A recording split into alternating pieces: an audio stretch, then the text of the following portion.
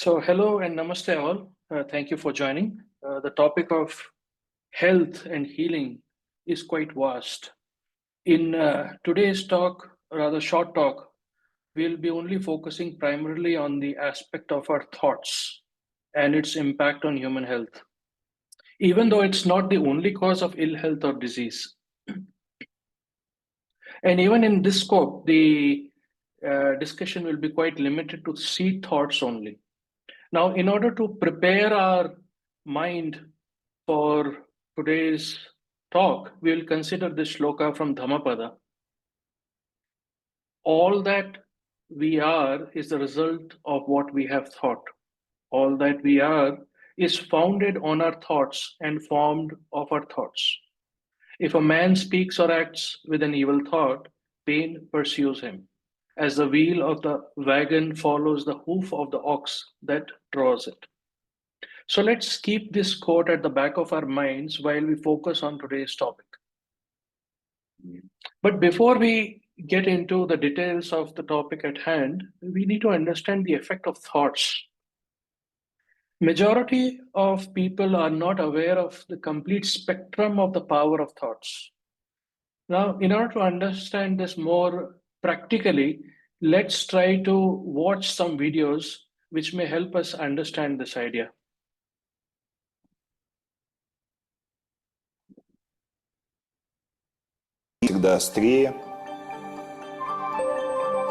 Dr. Emoto has conducted another interesting experiment. He placed rice into 3 glass beakers and covered it with water. And then every day for a month, he said, "Thank you" to one beaker, "You're an idiot" to the second, and the third one he completely ignored.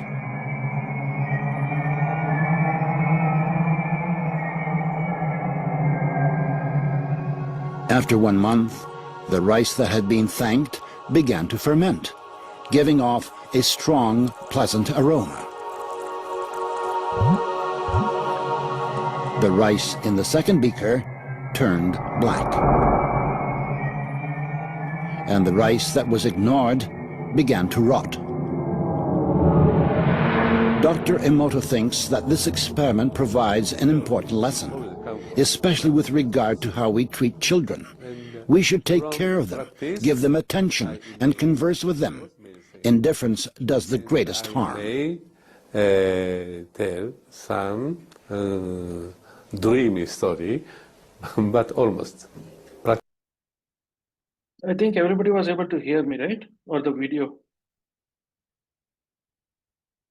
So, Jerry, we were able to hear the video, right? Yes, it came through loud and clear.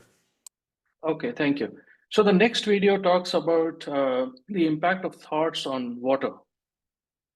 In this experiment, Dr. Emoto's researchers used a glass of Tokyo tap water, which seems to be unable to form crystals, and performed a test. Participants placed the glass in the center of their circle and sent gratitude to the water. Studying the water under the microscope, they started to see a crystal formation.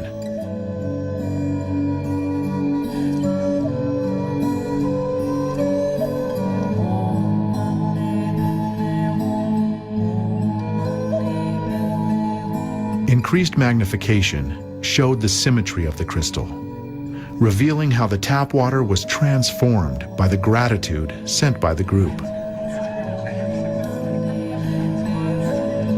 The crystal continued to grow, expressing the energies received. The tap water from Tokyo finally produced a beautiful crystal.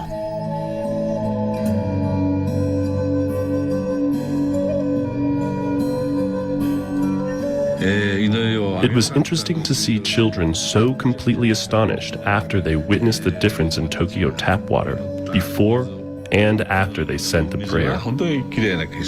Their mothers were kind of skeptical before this experiment. But afterwards, they said, "We really have to believe it." So here we see that it's not only the thoughts which are having effect on our body, but they're also having effect on external physical objects. Thoughts are arising on the mental plane and having effects on the physical plane, apart from our bodies. And Masaru Emoto has found with his study that love and gratitude are the two strongest forces that exist. When intent and energy are present, water is able to register and remember these vibrations. Now, if this is a fact which a scientist has captured with all the data and proof, then just think about that 70% of the human body is made of water. And especially if you see brain and heart, the one of the two key vital organs are actually 75 to 85% uh, having the water content in it. So our thoughts are dynamically in real time, every moment impacting the molecular structure of brain and heart. And the signals which go from brain and heart are sort of tuned by these variations. But let us also realize that everything in life is karma, whether it's health or disease or anything in between. It's all karma, it's all our making, it's all our responsibility. Now, the other interesting thing is that when a new world system or a new world manifests after the end of the Maha Pralaya, at the beginning of a new Manvantra, the one ray, as the divine eros, is the primordial impulse within the ineffable beingness. That unquenchable desire of subjectivity, which is willing to know itself through objective existence, becomes the law of laws, the law of compassion, the first conscious, all embracing desire for universal good. And this one ray can be associated with a specific impulse signature, or in other words, a keynote unique to the would be new world system after the pralaya gets over and a new system starts. This keynote is unique to it. And this keynote dictates the nature, expression, and attributes, nature of forces in the new system. Any discord with this frequency will cause disharmony. So the key to health is based on understanding of the true knowledge and nature of harmony of laws, absolute compassion. Each thought, each act, each cell of ours should be in harmony with this law. So health is nothing but restoration of this eternal harmony. In Kashmir Shaivism, Spanda Karika is a part of its teaching. And this Kashmir Shaivism originated around 1815 CE. And this provides a model of the manifestation of the universe. The entire philosophy is based on a vibratory universe. Spanda means creative pulsation. It is the eternal throb which brings about the manifestation, maintenance, and withdrawal of the universe, similar to the great breath. But it's vibratory, which implies that everything in this universe, organic, inorganic, macroscopic, microscopic, on a galactic level or on a cellular level, everything is vibrating. So the idea is we need to be harmonizing with that melody. Hence, the whole idea is to harmonize with that frequency. So how do we do that? But for that, we need to understand the art of harmonization. And for that, we need to learn how to harmonize. So if we see harmonization in practice, there is a concept in music which is also known as harmonization, where composers use notes of melody to create the harmony. The harmony supports the melody and adds greater value and meaning to the melody. And harmony is often heard in a song featuring two singers who sing with same lyrics but in a different tone. And then this harmony is based on certain relationships among musical tones that the human ear sort of can accept most reflexively. And these relationships includes the octave, the fifth and fourth. And without going into much details, what we'll see is that how harmonization is implemented in music, because it's very interesting and we can apply it to our real life. So basically they take a music piece and figure out what key they are in, and they assemble their primary chords. They match the chords to the target notes with which harmony is to be attained, and they add some color. Now, if we apply this in our life, what we are going to do is that similarly, we are, as a step one, trying to figure out where our thoughts are focused. That is, what is our frequency? This is also the line of our meditation. For example, let's say there is a businessman who always thinks of making money. He thinks of stock market, more investments, expansions, profits, etc. Once we know our line of thought, then we need to recalibrate it as required. Second, assemble your thoughts. Self-introspect, be mindful, and be self-aware. Third, match, attune, align your thoughts with the highest thought you possibly can think of. That is aligned to the eternal harmony. Thus becoming a vibrating antakaranic entity, like BP Wadia says.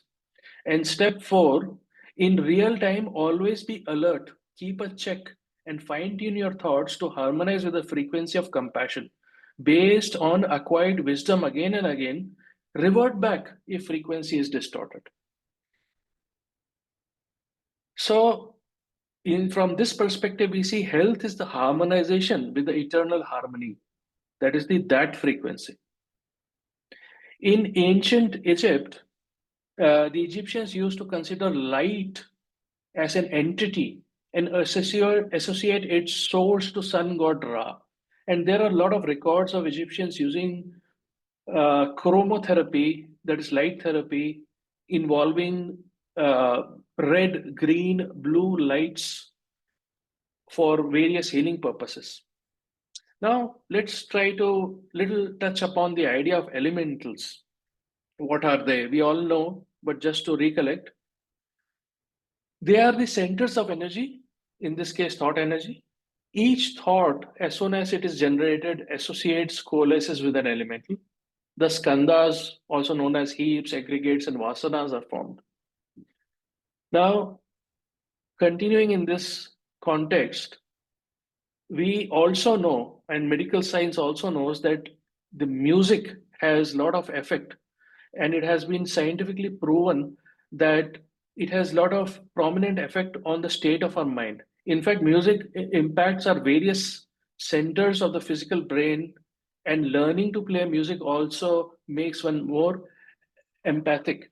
So, in another cases, we have seen that even many patients post-surgery have noted reduced pain and also healed faster. Similarly, a lot of research has taken place on the growth of plants and how animals are positively calm and affected by music. So we see the effect of music on elementals also, which are part of our system. And there has been recorded cases where the ill-suffering people have been cured by high initiates, for example, by playing a flute. The initiate would play the flute in a particular frequency, and the sound was able to attract and pull out the disease causing elementals from the sick person's body and discard them, thus curing the person. And nowadays, just imagine we bombard ourselves with various kinds of music. So just imagine the positive and or negative impacts of the same. Even our own voice may have a positive or negative impact on our health and our lives. Now think of each thought as a musical note. Either we are creating harmony or disharmony, considering ourselves as a unit and the whole connected world as a unit. So at the end of our life concert, our whole life can be considered as a grand musical movement that is brought to a close by using at once all the tones sounded throughout the whole preceding portion. The result will be a combined sound, expressing neither the highest nor the lowest note or the sweetest or the less sweet, but the resultant of all. And this last sound is the fixed vibration that governs the entity, sounding all through him and throwing him into a state to which it corresponds or which is the key. And then this becomes the keynote of our next future life. Thus, it is easily seen that in each thought lie the possibility of a harmony or a discord for life's conclusion. From this perspective, diseases are the karmic manifestation of disharmony created either in this or previous life, showing themselves on their way out as so that they may be purified and the default inherent harmony may be restored. Interestingly, we see here Dr. June, whose photo is on the right, has done extensive research in spine frequencies by mapping the sound frequency of each vertebra with the backbone and the disease symptoms. So basically, it is the mapping of frequencies, various parts of the backbone, and the symptoms. Hence, by bombarding specific sections of the backbone with specific frequencies of sound, we can actually restore the harmony and cure illness. And there has been a lot of success. Next, we here see a quote by HPB which mentions that elementals are communicated with and commanded by the vibrations of sound and colors. But such knowledge and details are kept secret among the initiates and adepts for the sake of mankind's own safety. And we can understand this. But what exactly is happening behind this? So, in order to understand this, let's see the dynamics between thought and elementals. So, here we see that thoughts are associated with elementals and form skandhas and have a particular state of vibration, which can be associated with the frequency and color, and elements or other elementals with a sound. Now, change of vibration results in change of the electromagnetic field of the individual, which in turn alters the state of the cells in the body. So we see how everything is connected with each other.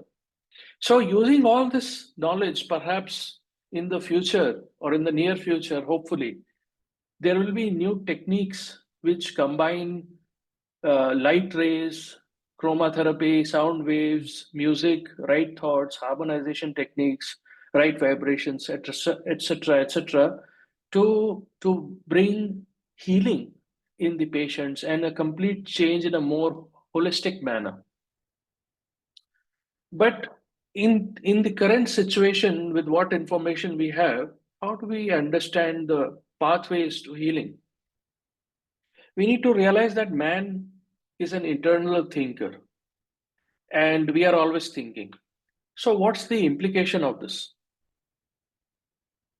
Let's call this thinking sevenfold man as a system.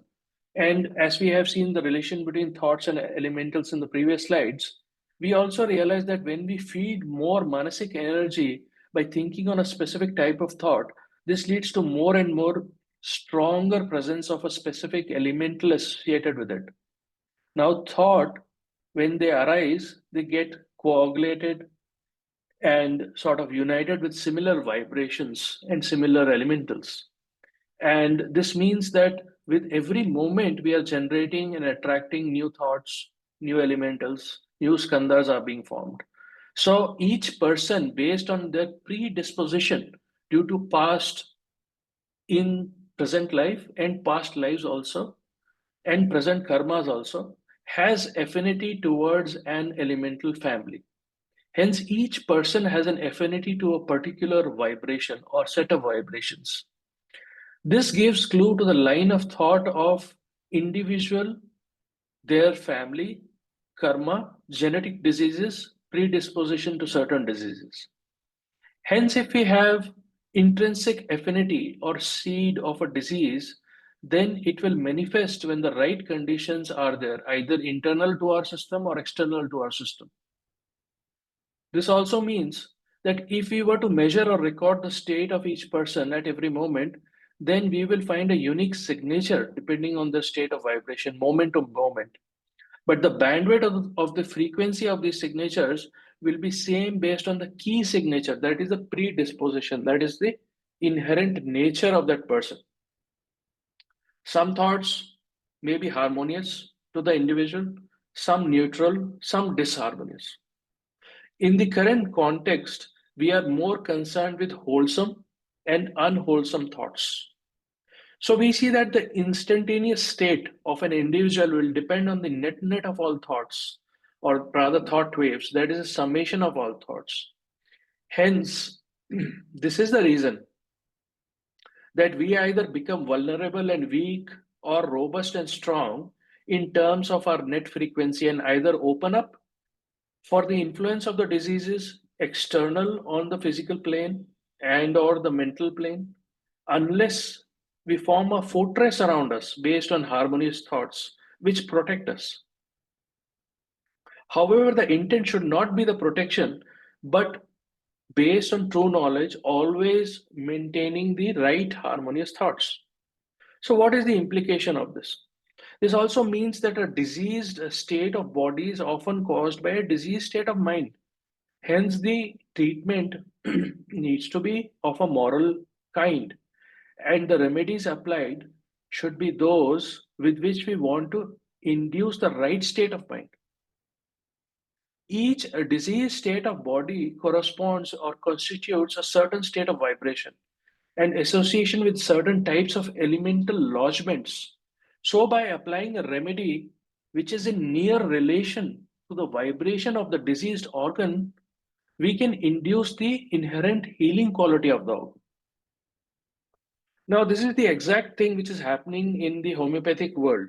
So, in homeopathy, you have a concept of dilution, and the practitioners use the word dynamization or potentization, and they take the mother tincture, which is the concentrate of the extract from animal kingdom or vegetable or mineral kingdom, and they keep on diluting it so that the dilution is so at such a high degree that it goes beyond which is something known as the Avogadro constant.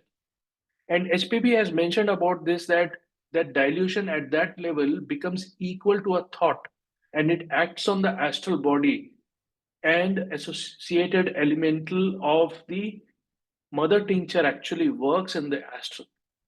Interestingly, scientists have also found in such kind of dilutions, there are magnetic photons which can be identified, which work in the magnetic field of the human body, and they are known as magnetic resonance. And they were identified using the magnetic resonance method. So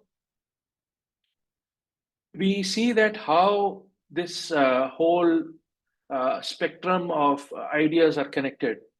In 4th century CE, we had a great scholar of Yogacara school who wrote the 30 verses of consciousness.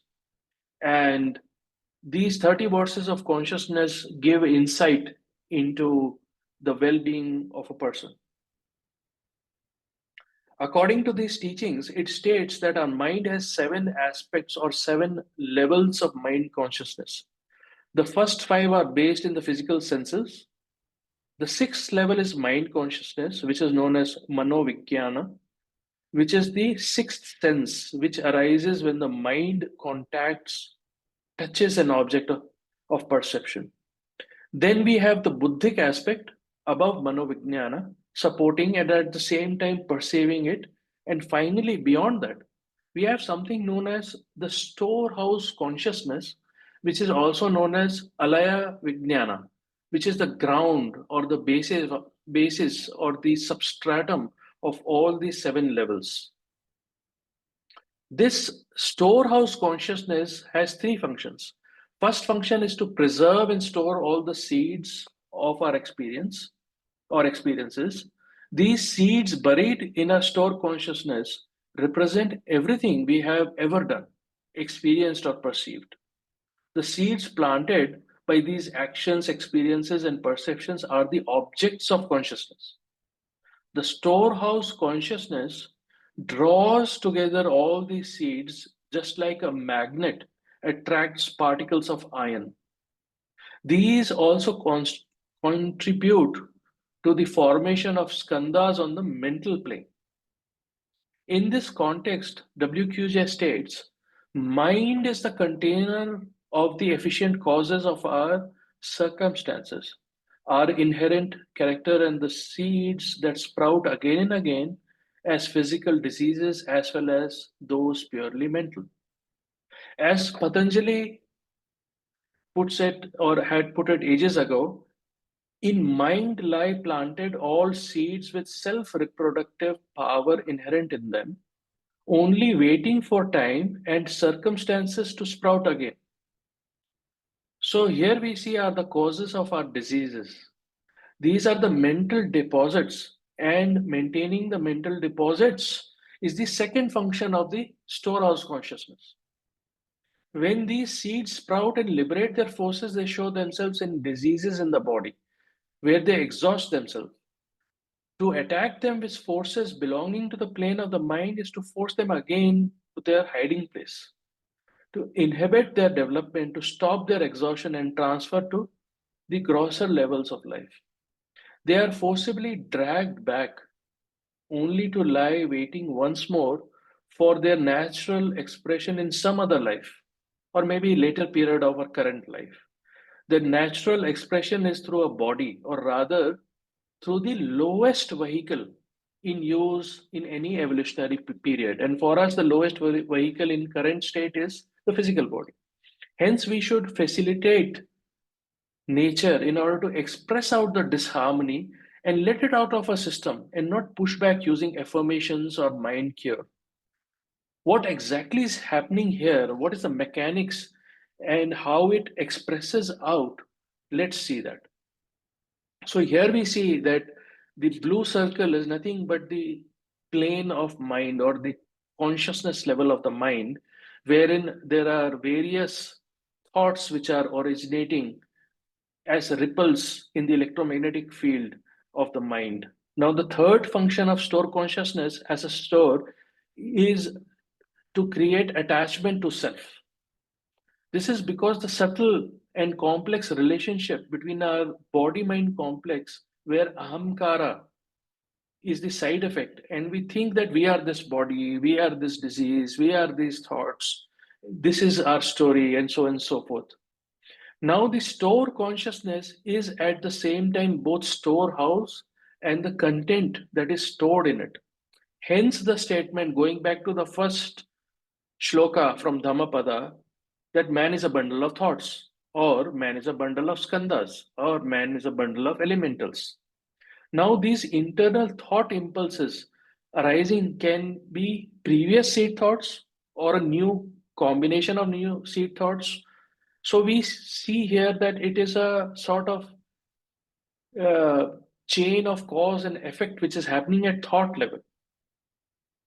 Now, there could be thoughts which are creating these ripples in our mind from outside, or there could be thoughts which are a combination of thoughts arising in the mind itself with the previous thoughts getting activated, or seed thoughts getting activated, or a combination.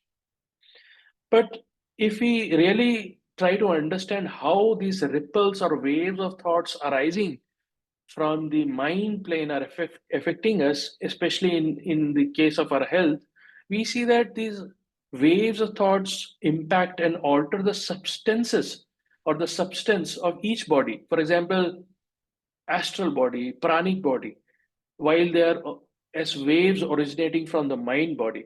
And we have its expressions, or rather symptoms, finally seen on the physical body, the most outer shell. Any anxiety we exert, the constructive power of egoism, it densifies and perturbs our magnetic sphere, rendering us less permeable to the efflux from the higher. Depending upon our thoughts, we have our personal atmosphere, which either protects us from the elementals or makes us susceptible to them. This is how group karma leads to spread of diseases. Here we see waves of thoughts sweeping through all the sheets until they reach the physical outermost sheet. The moment we evolve a thought and thus a cause, it goes on producing effect forever. Technically speaking, the vibrations continue for eternity until there is a counter wave cancelling or nullifying it. Now, the astral body has its centers and inner pranic currents which emanate from which there is constant motion. These waves or thoughts impress on the prana and either contaminates it or purifies it, depending on the nature of the thought. Here we see if our thoughts are not entirely pure and of a high order, getting into various yogic practices, especially yogic breathing techniques, can lead us to further greater harm. And these waves or vibrations not only has effects on our sheath, but also has effect to physical environment around us. This is how imagination, fear, etc. also works and impacts our system and the system of people near us. It seems most of the psychosomatic diseases are a result of this. In case of group, nation, race karma, we see how epidemics like COVID spread and are further propelled by masses thinking of fear and death and so on and so forth. And in this context, we also have vibrational medicine. As already discussed regarding sound healing, vibrational medicine actually works on similar lines.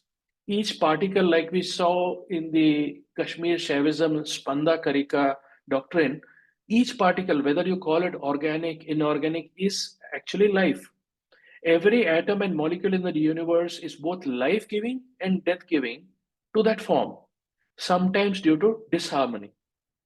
And each atom is vibration, which are actually further impacted again by our thoughts. So, HPB says in Secret Doctrine that all these jinai or elementals preside over mundane affairs. They are present in our nerves, our marrow, our veins, our arteries, our entire system. And at the moment when each of us receives life, he is taken in charge by these group of elementals who preside over the birth. And as we saw, it comes by a predisposition, a previous karma, previous thoughts, so on and so forth. And they control the flow of our life, our health, and so on and so forth. So, disease as a disease was also shown by the ancients to be the organic, nutritive, or physiological sin of separateness. Every department of man's being, every organ and cell of his body was also shown to possess a consciousness and an intelligence of its own, held, however, subordinate to the whole. In health, every action is synchronous and rhythmical, however, varied and expanded, however, intense and comprehensive. So, harmonization in action means the key to the cause of illness is actually selfishness. A person's egotistic tendencies, both in the mental as well as in the psychological arena, wherein in this life and or in previous lives. What is the best thing a person can do to prevent disease? Create thoughts of unselfishness and sympathy, control of emotions, deeds of charity and kindness. In a word, by self-forgetfulness, as WQJ says. So thank you, friends. We'll close with a very nice shloka from the Upanishads, which states that may all sentient beings be at peace, may no one suffers from illness, may all see what is auspicious, may no one suffer. Om, peace, peace, peace.